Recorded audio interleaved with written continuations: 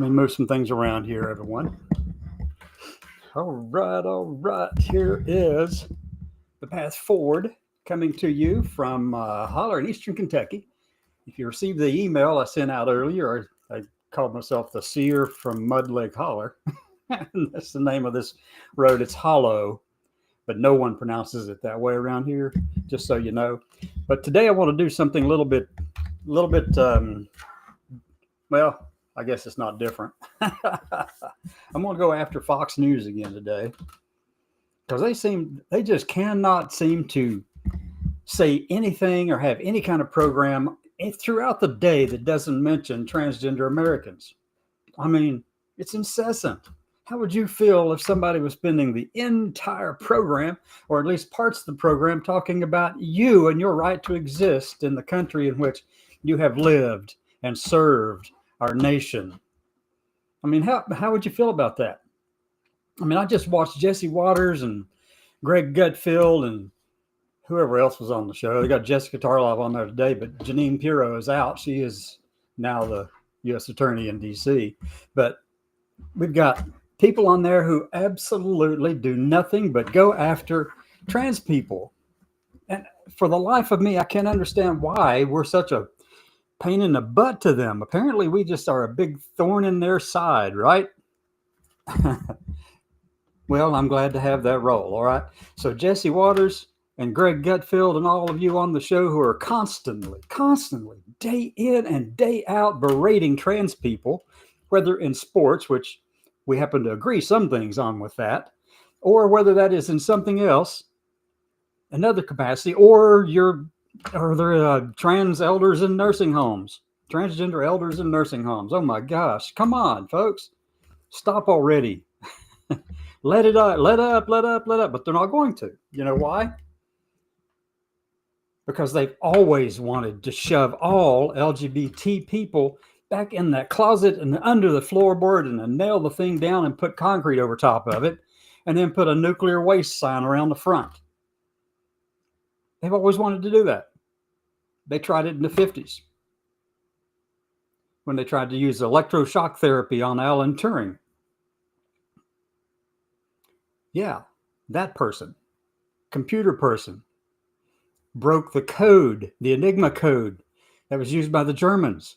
That very smart gay man, they went after with everything they had and tried to convert him back to what they called a real man, and what Jesse Waters and Greg Gutfeld all call the real man. You know, real men don't drink out of straws, according to Jesse. Real men don't cross their legs, you know, and all this kind of stuff. I mean, what is he trying to do? Gatekeep what it means to be a real man? You're trying to establish these rules of manhood, that you don't sip with a straw. You don't sip your drink. You drink from the straw, that you don't cross your legs. You keep your legs wide open as if an invitation were sticking out there, and is not. It's microscopic BS. But it just gets under my skin. And I know that that's probably what they want to do, but we have to stand up and do something about it. Every time it occurs, you can't let it just go. You can't roll over and play dead as if they didn't say anything. That's just asinine and stupid, which they do all the time. I don't get it. I don't get why more people over on this side are not standing up and fighting. There are some great warriors out there, particularly those of us who are veterans and active duty military. We know what it means to fight and survive and to thrive. And we know what it means to be resilient. We know how to do these things and go forward.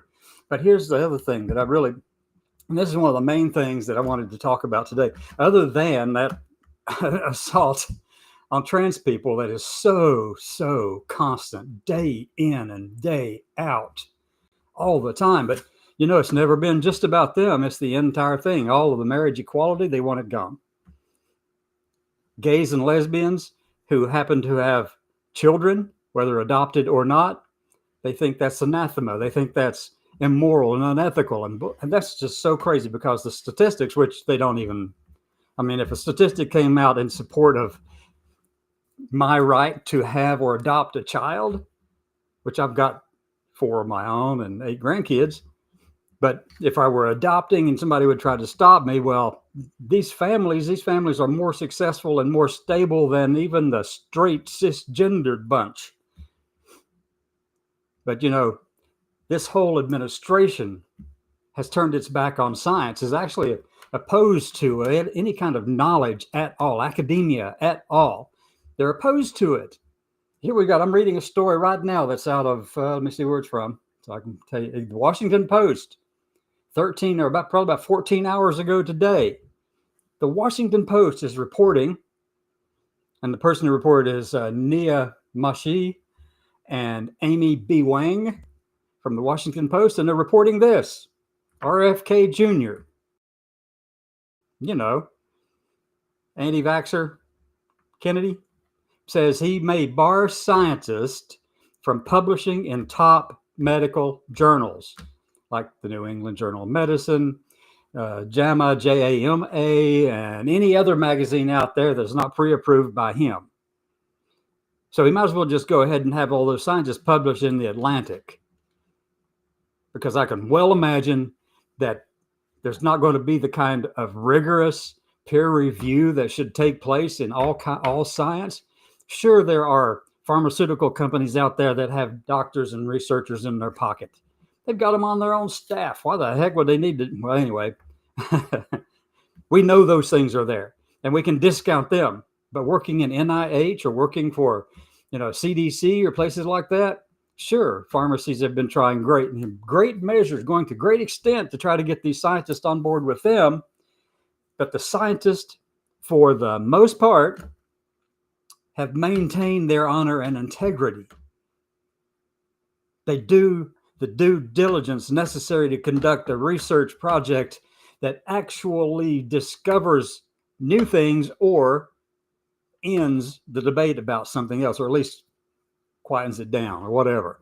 And it's peer-reviewed work. You're not going to sneak by some, well, you can. I know that it has happened in the past. I know that. And there's all kinds of failings in the whole system, but you don't scrap the whole system just because you didn't get the report that you wanted and couldn't publish it. So he wants to do the publishing in-house within HHS, the Health and Human Services Department. He wants to do this. I'd like to know how he thinks he's going to do that. It can be done. I know it can be done. There's no question of that it can be done. However, it won't be recognized. It won't be accepted in the broader medical community. Professionals in these other organizations have been doing it for years, since the 1800s, for the American Medical or the New England Medical Association. So he's wanting to do this. You know why, though? He wants to be able to slide in his pseudoscience into it and not have peer review on it, not have oversight, or not have the ability to say, "You're wrong. I don't like what you're saying." That's Kennedy. Unfortunately, he's a whack job. He ranks right up there with, Jesse Waters and Greg Gutfield, who can't stop talking about trans people. It's incessant. It's just constant. RFK Jr. is anti-intellectual, anti-science. He says he's supportive of it, but everything he is doing goes contrary to the critical thinking necessary for success in the scientific endeavors. Everything he's doing. And so it's just boggling to me that there's Americans who actually accept this. But then again, not really, because I think it was Isaac Asimov who basically said that Americans aren't interested in science. They're more interested in pulling, working in the ditch. They don't really care about the intellectual stuff. He was right, unfortunately. But, then the Democratic Party did something this past, well, I don't know exactly the date of it, but they signed $20 million to figure out how to talk to men and get them more engaged with the Democratic Party. That is the height of stupidity. $20 million to find out how to talk to men in this country and get them more interested in what's happening with the Democratic Party than the Republican Party. I have a suggestion for the Democratic Party. Stop wasting money on bullshit like that. Just stop wasting the money on it. I can tell you how you can do it. You want to reach people in this country? You want to move the needle more in the Democratic Party direction from the roots in this country, you want to do that? If you're serious about wanting to change things and move forward, I've got a suggestion for you. It doesn't require very much. You can take that $20 million and go down to the little town where I was born, right near this, where I'm located right now, Williamson, West Virginia. Go down there and give them the money to fix up their city. Well, my family's city was founded in 1895. I think we ought to take the damn thing back because it's kind of dilapidated. It's falling apart. All that's left now are courthouses, bars, lawyers' offices, and banks. There's a couple of restaurants. That's about it. It's falling apart. The streets are horrible. You could take that $20 million and help them fix their roads. And I'm going to tell you, that simple act will spread like wildfire. The news of that will spread, and people will begin to see that the Democratic Party is actually interested in helping small town America, where the men are, like Jesse wants to say, and where the women are, like I'm saying. So you want to do something, go across the river from Williamson, across the Tug River into South Williamson, Kentucky, and help refurbish the businesses and the families that lost stuff there, lost their homes, lost their businesses. Take that $20 million and put it to good use, rather than chasing some crazy study about how to figure out how to reach men. There's your answer. If you really want to do something to show America that you are interested in what's going on, put your money where your mouth is. America doesn't really care about, all, as I just mentioned at the top of the show, with all this stuff that's anti-science. America does not care for the science or the research or the data that backs it up. They don't care about it. They want to know what you're doing right now to help them where they are. So go into South Williamson and Kentucky and Williamson, West Virginia, all land that my family, some of my distant cousins, owned and turned it into this city and community. I've threatened to take the thing back, to turn it back over to the family and say, hey, look, y'all need help here. Like, take that $20 million and do something good with it. That's my suggestion. Otherwise, you will lose. Take the money and go over to Pikeville here in Pike County, which is about 20 miles away from where I am right now. Take the money over there and help the communities that lost stuff all along the Levisa Fork of the Big Sandy River, which connects with the Tug River going into the Ohio River. There are businesses that lost everything. There are families that lost everything. You want to change the world. You want to get people to follow what you have to say. Go where you're needed the most. That's what you have to do. That $20 million, that just is such a disgusting waste of money. And I am an academic. I'm one of those people. Been trained in got a bachelor's degree in statistical mathematics, operations research from the Naval Academy, and just a few hours away from having a degree in psychology. I'm one of those academics, and here I am telling you that you're wasting money on things that American people do not want or do not understand and don't even care about. Stop. Take it, go help people. Put it in the hands of people who need it right now. And you will have a greater following that will last for a longer period of time than any study will ever do for you. You can go out there and do all these things and figure out which words appeal to which people, where they are, and all that kind of stuff. And it may help you a little bit, but I'm going to tell you something. The thing that matters the most is what's going on right now in those communities where they need help. And $20 million for that. That's just goofball crazy, folks. Goofball crazy. It's no wonder that the other party has such a commanding presence in middle America. It's no wonder. There's no wonder you can't catch up to that. It's no wonder you've lost middle America, Democrats. Now, the Republicans, on the other hand, they have absolutely gone bonkers over transgender people. They've gone bonkers over imposing their own ideological perspective and views on all of academia, across all of our institutions, across all of the government, across everything. And they will tell you to your face that they believe in viewpoint diversity. But what are they doing, folks?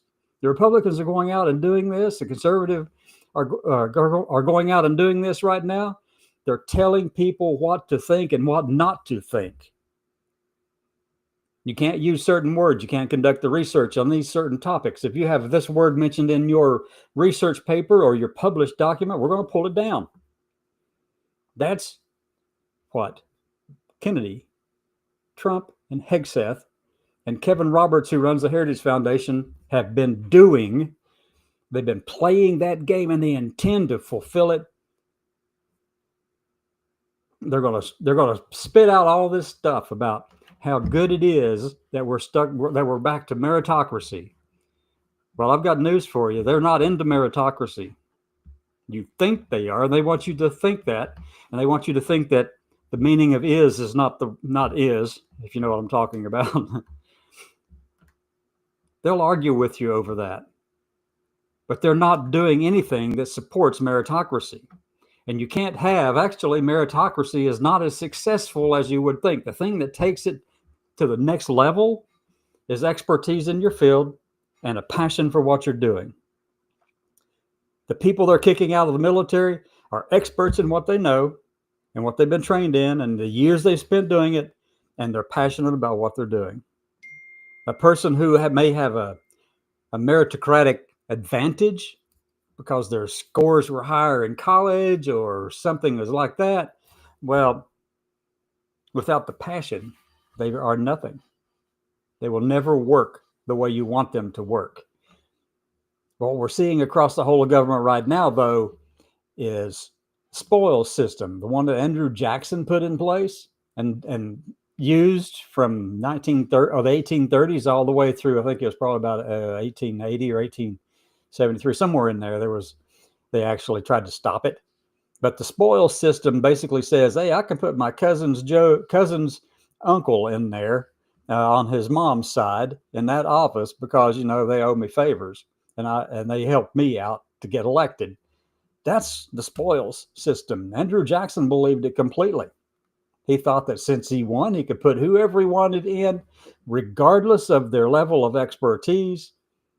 He wasn't interested in any of that kind of thing. He just wanted to reward those who had helped him. And that's what Trump is doing. No matter how much you might want to think otherwise, that is what Trump is doing now. He is restoring the spoils system that Andrew Jackson started, and that ended it didn't quite end, but at least it was kind of regulated better in the 1873 period or 80, somewhere around there. But that's what Trump is trying to do. But on top of that, there's another subculture part of this that's going on at the same time. That other subtext within all of this is that there is a religious component to it.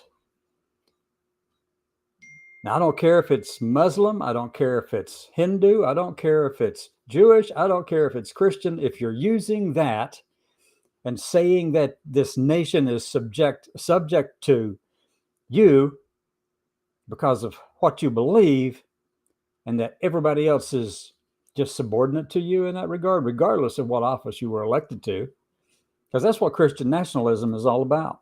And that's also what the virulent form of Islam is about too. They're doing the same things, okay? One is imposing its religious belief systems in the country of Iran and other countries around the world. They impose theirs. They've got the Ayatollah up here at the top, and he is the supreme leader. He's like Pope on steroids in that country, because if he disagrees with you, he can just take your head off. And if he doesn't like that you're trans, he can just throw you off the next building over so that you don't splat in front of his office. Well, that's what Christian nationalism is doing too. And you don't think so. You think I'm just being hyperbolic about this. No, I'm not. I'm telling you exactly what this is all about. This past weekend, during Memorial Day weekend, Pete Hegseth, Secretary of Defense, started a monthly prayer service at the Pentagon. You want to know who his first invitee to come in and talk was? That's his pastor of his church out in Tennessee, his little church in Tennessee. Someone who is dedicated and committed, totally committed to Christian nationalism. Someone who follows another person out in the Midwest, a Doug Wilson, who is also a committed Christian nationalist. More aptly, they're theocratic fascist, just like the Ayatollah is in Iran. It's the same thing, different robe. If you don't believe it, you need to open up your eyes, folks. You really do. You really do need to figure out what the heck is going on. Pete Hegseth did that in the Pentagon, going to do it every month. Prayer service. I dare say, I'm curious to see if they're going to bring one in that is Muslim as well. That would be a little different story then. I don't know if they will do that. I doubt they will do that because Pete is a Christian nationalist. Mad Walsh calls himself a theocratic fascist. And all these other people are just like him, but they don't have the guts to say who they are and what they believe. A theocratic fascist can be Christian. A theocratic fascist can be Muslim or Hindu or any other of the multitude of religions and faiths around the world. So we have a serious problem here where people are not interested in anything that's academic, anything at all. If it even remotely looks like it, they want to get rid of it. Heritage Foundation's Project 2025, page 4 and 5, in the forward by Dr. Roberts, kind of spells it all out. And yeah, I kind of get riled up about all of it. I'm hoping that I can get somebody like Jesse Waters and Greg Gutfeld so pissed at me that they want to reach out and have a conversation. But you know how that goes, right? I'm just a smaller person. If you happen to know anybody over there in that group or anyone over there, I'd like to talk to them. There's another person I'd love to talk with too, but he will not talk with me because I represent a group of veterans that he has disparaged and dishonored and disrespected. That's Doug Collins at the VA, the Secretary of the VA. I have repeatedly asked him and his office to engage with me because I have communications and contacts within the VA, as well as numerous different veterans across this country. But yet, Secretary Collins will not engage with me yet. He will at some point. He will at some point. He'll have to. Because we're getting pissed out here, folks. We can see the quality of our care change. We can see the attitude of the people who are supposed to be taking care of us in the VA system. Their attitude and their demeanor is all changed dramatically. It's more depressed, less supportive, less encouraging. Many do try to help in the VA. And I know many who are helping. I know people who left the VA and who are doing great things now, trying to help veterans still. But Doug Collins doesn't want to talk to me because I represent a population of veterans that he wishes didn't exist. Unfortunately for him, we do, and we've been around far longer than he has. So, Secretary Collins, Secretary Hegseth, you need to be talking with us because we're not going away politely. We are here and we have always been here, and you will honor that. As a matter of fact, one of the first people to receive a military pension who was trans did so as a Union soldier and received his care, his pension, all the way up until the moment he was put into a hospital and somebody figured out, oh no, this person's a woman.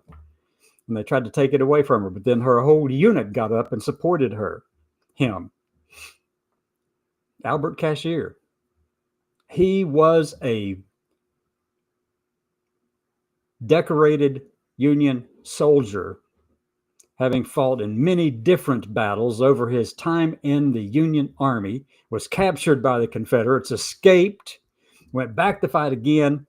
I mean, this person was what would be termed today as transgender or transsexual, one of the two. We don't know that part, how they would choose, but they were just, and they probably didn't have a label. They probably just called themselves him and Albert, like most of us just want to do. But here, this person had been receiving a government pension for service in the Union War during the Civil Wars. We've been around a long time, folks. A long, long time. And I can't wait to see how Trump is going to address this, or even if the Army does. It's curious. I'm really curious how this is going to go down, because how many of you know what the history of the U.S. Cavalry is? How it started, where it came from? How many of you know that? Hands? The U.S. Cavalry was founded by a Polish general by the name of Kazimierz Pulaski. If you go around this country, you'll find counties and cities and streets and roads all named for Pulaski. General Pulaski, the Polish general. When his body was exhumed in the 2010s, in that period of time, they discovered that he was actually, most likely, intersex at the very least, because his bone structure was, what they have left, bones. Everybody claims that that's how you can tell whether or not a person is a man or a female after you die and go away and all that. Well, you can look at the bones and tell. Well, they wouldn't be able to do that with Kazimierz Pulaski. He lived as a man. He was baptized as a man. He lived his entire life as a man, but the bone structure was female. And I'm curious to see whether or not that history is included in this giant, big, fugly parade that Trump's having for himself on the Army's birthday. It's about him. It's just like the jet from the Qataris were about him, King Trump.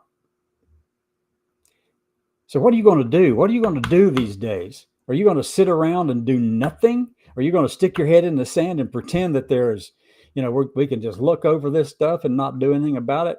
Well, you can't just turn your back on it, because they will absolutely roll over you. They have gone after the minorities in this country since at the very least 75 years ago, and they'll continue doing it. McCarthyism went after the intellectuals. Late 60s, early 70s, they started going after the intellectuals in the academia academia in the country again. And ever so often, the academics and all that across the country, they face the brunt of a group of people who are anti-science, anti-intellectual, anti-everything except for whichever flavor of religion they have at the time. So you want to have that conversation with me? I'm ready. I don't care if you agree with me or not. I'd rather that people come on board and want to carry on a conversation, a back and forth, who do not agree with me. I want people to know that I can hear them and see them and appreciate their views, even though I may disagree with them. It's one of the reasons why I went into that Trump superstore down near Knoxville, Tennessee this past weekend, because I wanted, I've got family who are big Trump supporters, so I wanted to get them something that they would appreciate. So I did. Walked in, got it, did a little video clip from it inside there, and it was hilarious because the entire store is Trump, Trump, Trump, Trump, Trump, Trump, Trump. The merchandise in that store is all Trump. There were some veteran things in there. which there were 2 magnets that I bought for myself. But there was also let me see, the Confederate battle flag, the Virginia version, Virginia militia, Confederate battle flag that everybody knows about, the cross. That they had that in there too, which is not a shock. But it was fun going in there and then interacting with some of the people in there, the cashier, the owner, stuff like that. It's the same reason that I like to have other people's voices and perspectives heard, whether I agree with them or not. I do actually believe in and support viewpoint diversity. I encourage viewpoint diversity in our organizations. If you become so stuck in one way of thinking and your silo, your organization can't think outside that box, you can't deal with anyone outside of that, and you shun those who might interact with them on the outside, you are doing your organization and this country a disservice. The thing that works sustainably over time in this country are those organizations that actually incorporate viewpoint diversity, that go after other views, other perspectives, other people who don't think like them, look like them, believe like them, or love like them. They're not afraid of that. The organizations who stay away from those things succeed. The organizations that incorporate it succeed. I'm talking about stay away as in regardless of what the topic is, left, right, middle, whatever, they stay away from it to preserve themselves, their organizations. As long as they're not shutting out other viewpoints, that's fine. But organizations dedicated to one cause, one thing, one group of people will invariably face the consequences of that action, that decision. With that, let's come back and do this again noon tomorrow, noon or 1 or wherever, somewhere noon-ish, and then tomorrow evening at 6. Have a great one.